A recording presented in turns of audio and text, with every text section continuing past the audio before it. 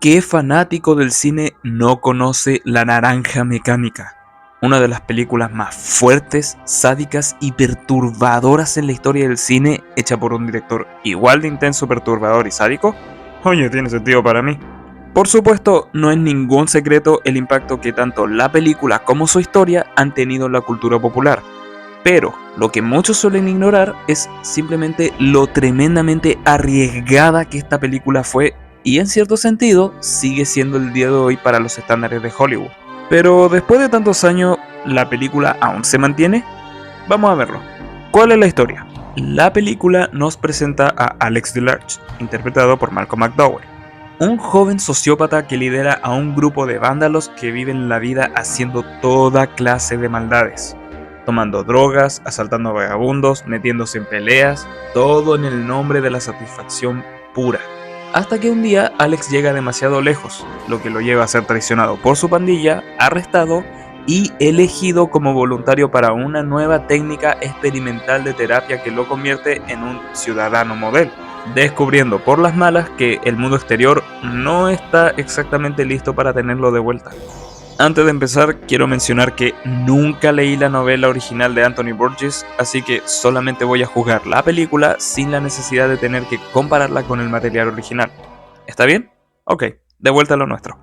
Primero que nada, hablemos de lo que es para muchos lo más notorio sobre esta película y la razón principal por la que ha sido tan controversial a lo largo de su historia en el cine, siendo ese su material crudo. No es ningún secreto que el director Stanley Kubrick siempre fue bien conocido en la industria fílmica por arriesgarse a sobrepasar las barreras de lo que se consideraba aceptable de ver en una película. Y esta película no solo no es la excepción, sino que también, de toda su filmografía, yo creo que es la que mejor demuestra ese punto. La película en sí es muy difícil de ver. Cuando la ves por primera vez, todo el tiempo te sientes incómodo, ya sea por lo que está pasando en pantalla o por los nervios de no saber lo que va a pasar después. Y yo siento que la verdadera razón del por qué la película resulta tan choqueante de ver es por lo brutalmente realista que todo se siente por la forma en que está hecha y con los tópicos que trata. Toma por ejemplo trabajos como Evil Dead o una película de Tarantino. Ambas tienen su justa cantidad de material explícito, pero aún así las sigues disfrutando porque estas nunca se salen del cuadro de la ficción. Evil Dead es una película de horror. Las de Tarantino son películas con acción exagerada y hasta caricaturesca. La Naranja Mecánica no funciona para nada así. Está hecha de un modo más preciso y calculado para que cada acción terrible, violenta y perversa que aparece en pantalla la sientas. Nada demuestra mejor este punto que la escena de cuando invaden la casa del escritor. La forma en la que está filmada, las actuaciones y básicamente todo el contexto de esa escena es suficiente para poner nervioso a cualquiera y querer voltear la mirada por lo horrible y fuerte del momento. Por lo tanto, si eres sensible en lo más mínimo ante cierto contenido, lo más probable es que esta película no te vaya a gustar. Pero ya, quitando todo eso de lado, ¿la película realmente vale la pena? Bueno, la verdad, no solo pienso que es una película excelente, sino que también una de las más importantes del cine debido al mensaje que tratan de dar. Desde su estreno en 1971, la película pretendía funcionar algo así como un vistazo futurista ante la sociedad, principalmente criticando el vandalismo juvenil, la violencia incontrolable y las soluciones extremistas que el gobierno adjudica ante todo esto. Y hoy en día, viendo cómo está el mundo y la forma en cómo nosotros mismos actuamos como individuos, sí, esta película es mucho más significativa ahora de lo que alguna vez fue en su época. No voy a mentir, es muy difícil hablar de estos temas y mucho más difícil es tratarlos en una película. Y lo digo porque, honestamente, el primer acto no me parece tan ingenioso como el resto de la película. Hay varias cosas pasando a la vez, la historia se desarrolla mucho más lento y depende mucho más del morbo y lo caótico que de en serio mostrar un verdadero conflicto. Casi se siente como si fuera porno de tortura si me lo preguntan. Pero el resto de la película, en mi opinión, es una obra maestra, manejando temas como la corrupción, la moralidad, el libre albedrío, la ética y mucho más. Todo manejado de una forma cruda y bizarra, pero madura e interesante al mismo tiempo.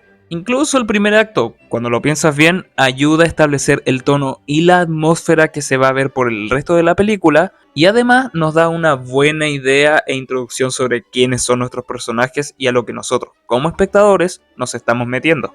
Y ya que estamos en eso, hablemos del protagonista, porque creo firmemente que si no fuera por él, esta película no sería tan famosa como lo es. Alex DeLarge es, para mí, el ejemplo perfecto de un villano protagonista hecho bien. Porque mientras más vas descubriendo de él, más te inquieta, pero al mismo tiempo más quieres saber de él. De la misma manera en que muchos de nosotros nos obsesionamos con asesinos seriales de la vida real como Jeffrey Dahmer o Ted Bundy y sus historias, Alex es la clase de individuo al que claramente no deberíamos apoyar, pero que aún así nos fascina ver y saber más de él. Es un sociópata, pero le encanta escuchar a Beethoven. Es una máquina de violencia, pero es extremadamente inteligente. Le fascina leer la Biblia, pero no exactamente por las razones correctas. Pequeños detalles como esos son los que hacen de Alex un personaje tan memorable. Malcolm McDowell por supuesto que se luce con este papel. Sus manerismos, su forma de hablar, su vestimenta, sus acciones y básicamente todo sobre él lo hacen una de las mejores actuaciones en la historia del cine. Solo mira esa sonrisa, ese es el balance perfecto entre absoluto placer y maldad pura. Sí, claro que el resto de los actores como los drugos, el escritor y todos los demás en la película son muy buenos también. Especialmente me gusta este guardia de la prisión. No sé por qué, solo me parece gracioso. Pero seamos honestos, esta es completamente la película de Alex. Y por supuesto, tratándose de Stanley Kubrick, la película es visualmente impresionante. Si tomaras cualquier imagen o plano aleatorio y lo vieras sin contexto alguno, inmediatamente dirías, oh, en la naranja mecánica. Esa es simplemente la magia de Stanley Kubrick. Un director tan cuidadoso y calculador que se preocupaba de que sus películas se quedaran en la memoria de todos los que las vieran. Y esta película es un gran ejemplo de eso. Todo, desde los escenarios, los planos icónicos, el diseño de vestuario, el diseño de producción y hasta las actuaciones, todo está hecho cuidadosamente con el propósito de crear un ambiente único e inquietante y contar visualmente esta historia. Después de todo, de eso se trata el cine, ¿verdad? Y bien, como ya lo notaron, esta película es bastante única. ¿Es para todo el mundo? No, pero si estás dispuesto a soportar el material fuerte, lo más probable es que te encuentres con una película bien escrita, bien dirigida, que nos enseña a apreciar y respetar la vida ajena y que nos demuestra brutalmente que todas nuestras acciones, sean buenas o malas, siempre tendrán consecuencias. La historia es genial, la música es genial, el personaje principal es más que genial. ¿Qué más puedo decir? Es la maldita naranja mecánica. Si aún no lo has visto, ¿qué estás esperando? Ve por ti mismo si eres capaz de soportar un poco de la vieja ultraviolencia.